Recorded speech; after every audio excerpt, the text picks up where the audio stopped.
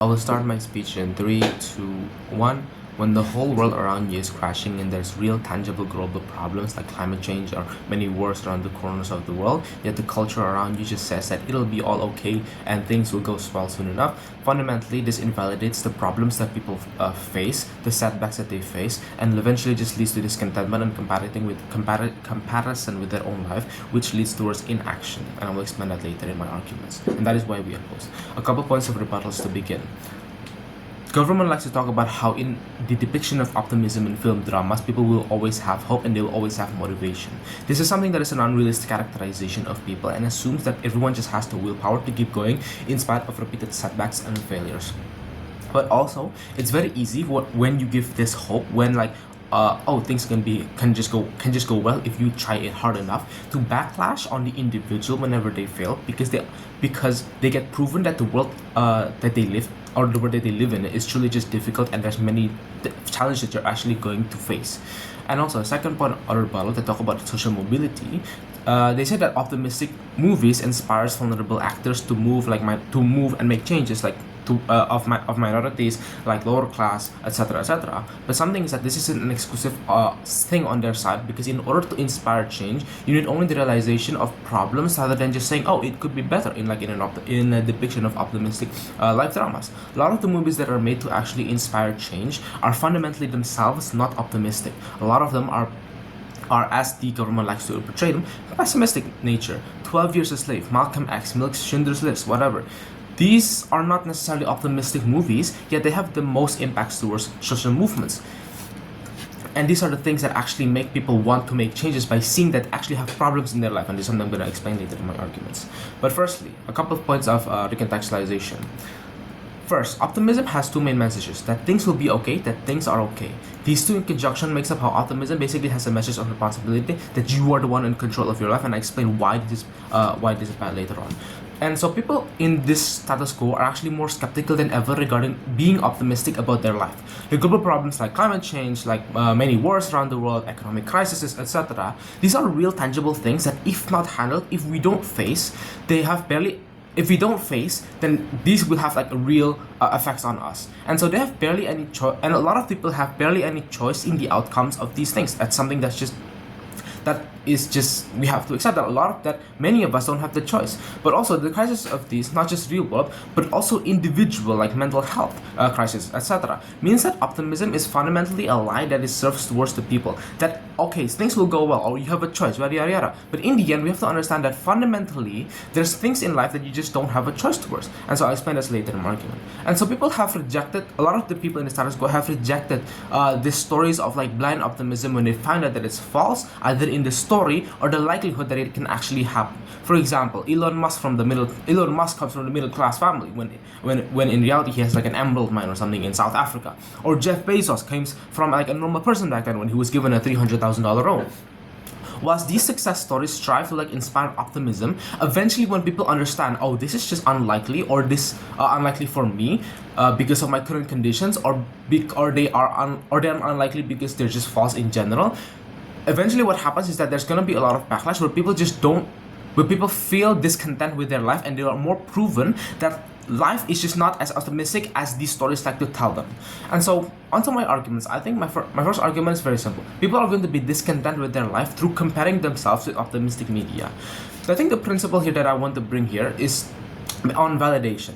Validation comes from one of the ways that validation comes from is from art and cinema today. Cinema is today's biggest art form itself, and validation comes from the human desire to be seen and heard, partially about the importance of like certain depictions itself. Because in order to have actually validation, one of the things that you require is a truthful expression over how the art actually depicts real world depictions itself. And so the importance of validation here is that the need for validation is one of the fundamental characteristics of any human being. Validation here means that film drama should like depict the everyday life in order to relate more towards the audience, right? And why is this important that validation exists? Validation in this context sets the course for two things: acknowledging that you have problems in your life that you must face, and this eventually will lead you to taking action. Like for example, For example, many of like the social movement movies that basically are just really that are not necessarily optimistic in nature, yet they're the ones that actually make people realize that there's problems in society. And secondly, even if you fail, you understand that it's not truly your fault, that things just don't always go the way you want. And fundamentally, this allows for people to not think about, to not ponder on the what ifs. For example, in Gov's case, whereby in optimistic sort of depictions of film dramas, people are pushed towards having like understanding that, oh, I have a choice in every single thing, that I have freedom towards every single thing, that if I fail, that it is completely my fault. This actually will lead towards people actually like feeling more negative about the way that their life goes. And furthermore, in the case of optimism in our current society, with many global challenges, where there are real challenges we have to face, optimistic film dramas fundamentally just lie towards their face.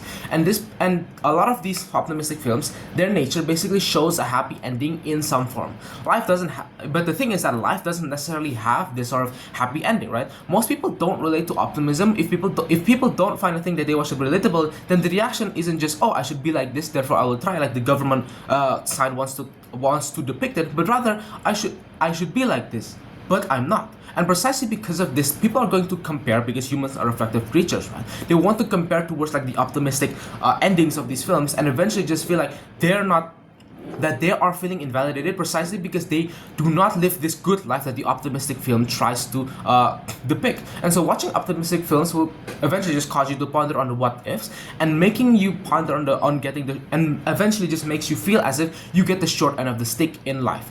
And so on our side, however, there exists media that aren't, and so the alternative, for example, on our side, there exists media that aren't necessarily optimistic, yet still validates individuals and inspires them to acknowledge the problems in their life. Like we have mentioned before, movies that are not necessarily optimistic, yet they actually acknowledge the problems that they have in their life. And precisely because of this, they actually validate how people feel. They actually validate that we have problems in society, and we have problems towards our groups, for example, like the African Americans with movies like 12 Years a Slave, Malcolm X. And so this eventually allows people to grapple with the complexities of life and the problems that they face without these movies having to lie to their face about, oh, it's actually gonna be life is actually good. And so I think the impact here on their side first is that they actually invalidate real world problems. And so that leads towards people being unprepared for when times get really rough, for when they actually when they're really disappointed towards the things that they fail on, because they feel that all of their failures are actually a cause from themselves, but also discontentment because understand that humans are reflective.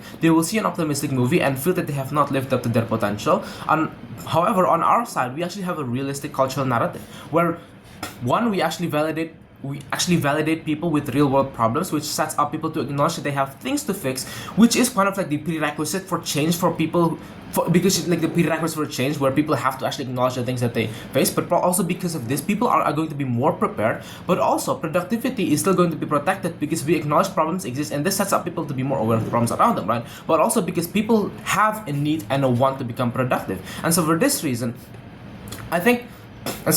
I'm proud to oppose.